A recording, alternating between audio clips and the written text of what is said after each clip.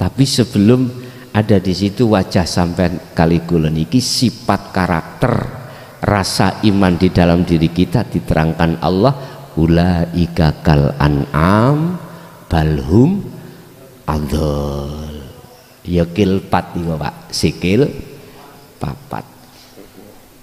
Mbo, apa wis sampean terko dhewe ngono. Sifat karakter kita, iman kita jatuhnya pada tauhid. Balhum adol, bahkan lebih jelas, lebih lebih kejam, lebih jelek daripada berkaki 4. Nek kaki 3 itu ya ada kaki 3 lah, itu wong tua pakai pentung, bukan itu. Kilpat itu sikil papat. Kal an'am itu kalau dibahasakan kita raja kaya, rojo koyo. Apa rojo koyo Pak?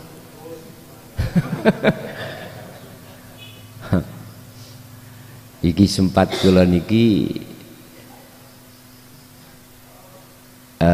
kakak ipar saya itu ngalami kasaf itu di situ pernah. Kakak ipar saya itu namanya Khazinatul Asror, aslinya Pasuruan. Namanya beliaunya Khazinatul Asror, itu adik dari Kiai Muhaimin, Abdullah Muhaimin desa Pekoren. Niku ngeten, niku putrane dari Mbah itu loh, siapa, Mbah Sarip, bukan Sarip sing kula maksud, Gus siapa yang kemarin itu satu majelis dengan saya, Gus putune Yai Sarip yang disebut Gus Mashur, punya abah namanya Mbah Fakih, Mbah Fakih punya bapak Mbah Yai Sarif itu Pak Sur. Bukan itu Sarip, tadi Sarif itu beda itu. Lah itu pernah ngalami kasaf ketika sholat Jum'ah itu, masuk di masjid itu melihat orang yang di dalam masjid itu berkepala kal an'am. Akhirnya nggak jadi ikut Jumatan. Akhirnya ditanya apa Zin? Akhirnya jawabnya, saya melihat orang-orang ini bukan orang. Lah sopo? Itu tadi kilpat tadi. Berarti kasafnya dibuka pun. Lah ketika ini wajah tu wajia, berarti kita menemukan tatanan yang hakiki, ajaran yang hakiki. Ajaran yang hakiki itu ajaran yang tidak sama sekali berbicara tentang duniawiyah. Ajaran yang khusus dinul haq, dinut tauhid, mendidik ruhaniyah kita bagaimana cara untuk mengesahkan Allah. Itu ajaran yang hakiki. Ternyata kalau kita buka, itulah ajaran-ajaran ilmu yang mengenalkan ruhaniyah kita pada Allah. Bapak Ibu, untuk mencapai di situ banyak cerita hikayah, proses-proses kita masing-masing, Pak. Yang terpenting adalah bagaimana sisa umur kita itu sudah betul-betul masuk di dalam jalur dinut tauhid. Itu aja. Urusan proses kita berapa puluh tahun macam-macam. Anggap saja kita itu orang kebingungan. Menerka ini Allah, itu Allah, menerka. Karena memang kita itu masih dididik, pengenalan kita pada Rob kita sebatas nama, sifat belum, zat juga belum. Yes, diapakan? Yes, kita maklumi. Sehingga ketika saat dihadapkan pengenalan tentang masalah Rabb di dalam zat kita, di dalam zatnya Allah, kita sempat menolak. Itu sudah biasa dan jangan disalahkan. Saya 23 tahun, mulai tahun 2000 Pak, 2000 itu sampai sekarang terhitung 2003 tahun, keluh kesah ketika saya menyerukan dinut tauhid luar biasa, cacian, makian, hujatan dan lain sebagainya. Tapi tetap saya belajar untuk bersikap bagaimana Rasulullah itu, laqad kana lakum fi Rasulillahi uswatun hasanah. Nah, sebelum tahun 2000 aman-aman saja saya. Ketika mengolah pondok 95 Pak, 95 itu sudah saya mulai ndadani santri itu ilmu syariate. Sampai ilmu alate meh duki Jawahirul Makdun. Jurumiyah sudah, Amriti sudah, Alfiyah sudah. Cuman ketika saat mancik Jawahirul Maknud, saya di stop Allah, berhenti. Kau sekarang harus menyampaikan dinut tauhid. Ya udah, kitab semua secara syariat tak ringkes, tak adai gelangsing, tak cancang, tak lebokno lemari. Nanti sekarang apakah ilmu tentang, mohon maaf, tentang ilmu alat, tentang ilmu Quran tajwidnya, tentang ilmu fikihnya dan lain sebagainya, tak cancang, tak lebokno gelangsing, tak masukkan lemari. Bukan tak tinggalkan, enggak, tak parkir nosik. Artinya di pondok saya Miftahul Ulum Jaya Baru sakmangke mulai tahun 2000 sampai sakmangke itu fokus mendidik dinut tauhid. Berarti mendidik hakikat, tidak mendidik syariat. Jadi jenengan cegak salah kandang. Mau mondok no anake di dalam syariat, lah kok melebuni ning kono hakikat. Oh, jangan. Masuk saja dulu di dalam pondok-pondok yang berbicara syariat dulu, kitab ilmu kitab dipelajari, hadis dipelajari dan sebagainya. Nanti kalau sudah lulus baru mondok enggak popo. Makanya di pondok saya itu orangnya tuwek-tuwek, sebab beliau-beliau itu sudah ngerumangsani arepe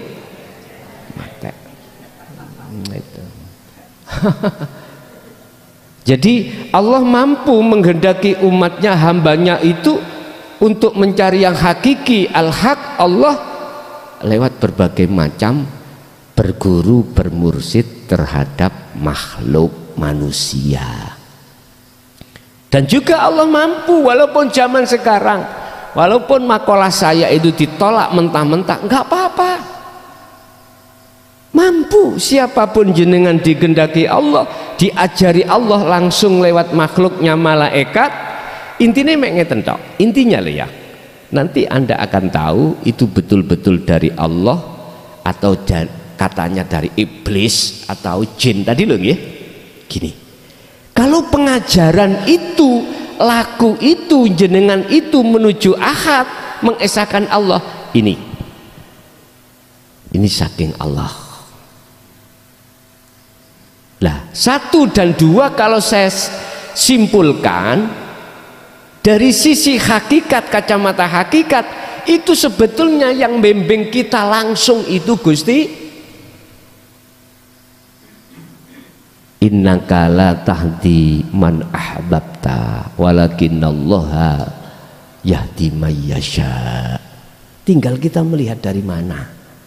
Kalau kita melihat dari syariat, ya makhluk, nyatanya makhluk lah, ngerti ya? Tapi kita sadar ndak, la haula wala quwata illa billah, semuanya itu dari Allah. Nah, disinilah Pak pentingnya Sirul Asrar itu untuk mengubah, merevolusi iman kita, akhirnya jatuh pujaan kita betul-betul alhamdulillah. Inilah yang wama ana minal musyrikin. Di situ. Jadi jawaban saya atas pertanyaan, Allah mampu atas segala-galanya memperjalankan hambanya untuk sampai ke hakiki, tapi tetap melewati saya ja'alullahu ba'da usri yusra, proses luar biasa. Kecele dikira Allah ternyata duduk, bukan. Oh ini Allah, bukan. Tapi selang berjalannya waktu kita tetap tidak putus asa, sampailah kita pada titik yang dimaksud Allah dalam hakiki kebenaran. Di situ. Ye? Ada lagi?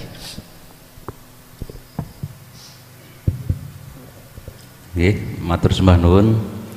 Mungkin bisa menambah suasana yang baru ini, nambah seger niki, ngapunten digeser penanya ibu-ibu riyen nggih. Nggih. Dari ibu-ibu apa ada nggih?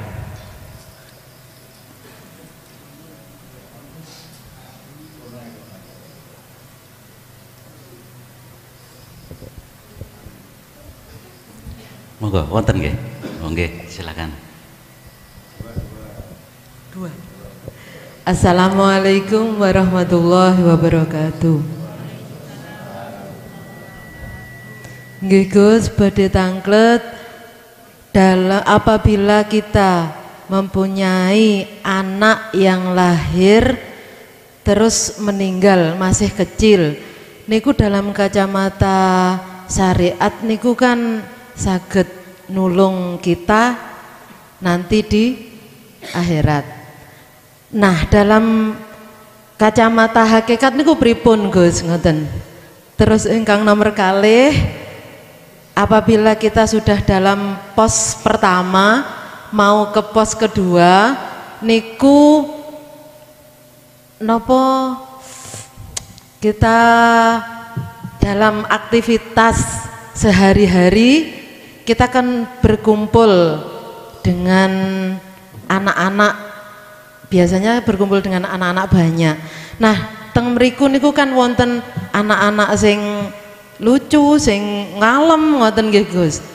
Nah, apabila pengennya kita nyambung terus ke Allah, niku pada anak-anak itu kan ada Allah. Terus teng mriku kersane nyambung niku pripun Gus ngoten. Nggih sampun. Assalamualaikum warahmatullahi wabarakatuh. Waalaikumsalam warahmatullahi wabarakatuh.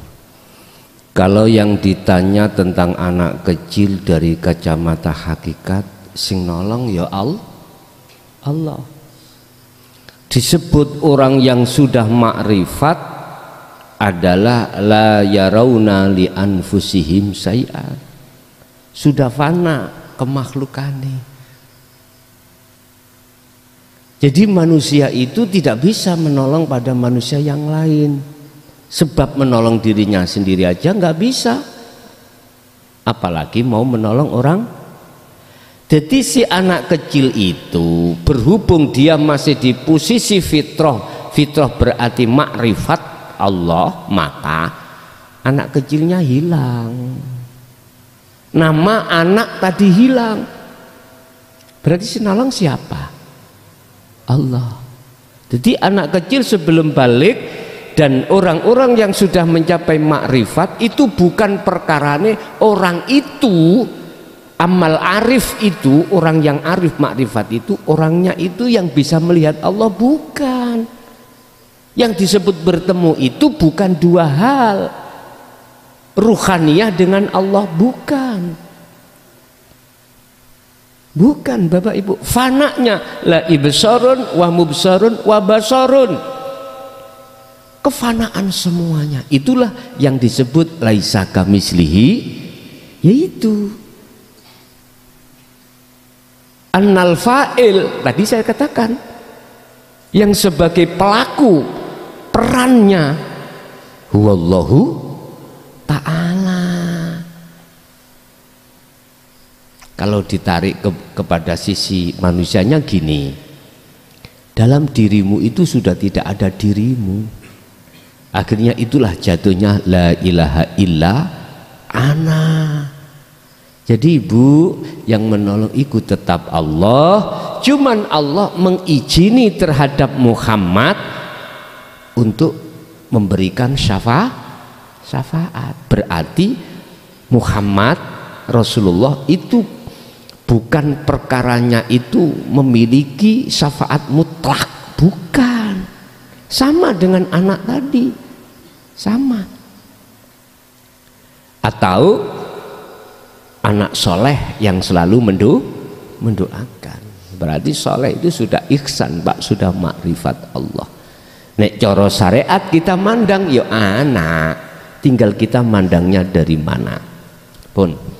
Yang kedua, apa yang langkah yang harus dilakukan ketika di Su'aul Basiroh pos pertama ke Ainul Basiroh? Hal ini mungkin bisa dilihat di dalam surat Toha ayat 11 sampai ayat 14. Ketika Nabi Musa itu diperintahkan Allah untuk menghadap terhadap Allah, ya, Allah berkata, inni ana rabbuka fakhla'na laika innaka bilwadil muqaddasi tuwa. Musa, kau ini sudah sampai pada lembah yang disucikan, disebut bilwadil muqaddasi tuwa. Itulah apa namanya, zona di mana disebut Ainul Basiroh. Kalau bahasa Rasulullah Muhammad itu Sidratul Muntaha. Apa dawuhipun yang dikatakan fahla nak laika, lepasan dua sandalmu.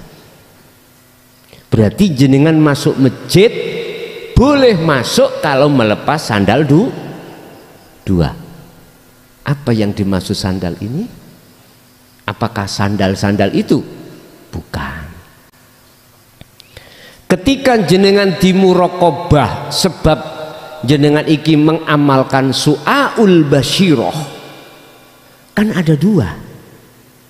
Ada yang menghadap, ada yang ada yang beriman, ada yang merasa, ada yang rasakan, ada yang diimani.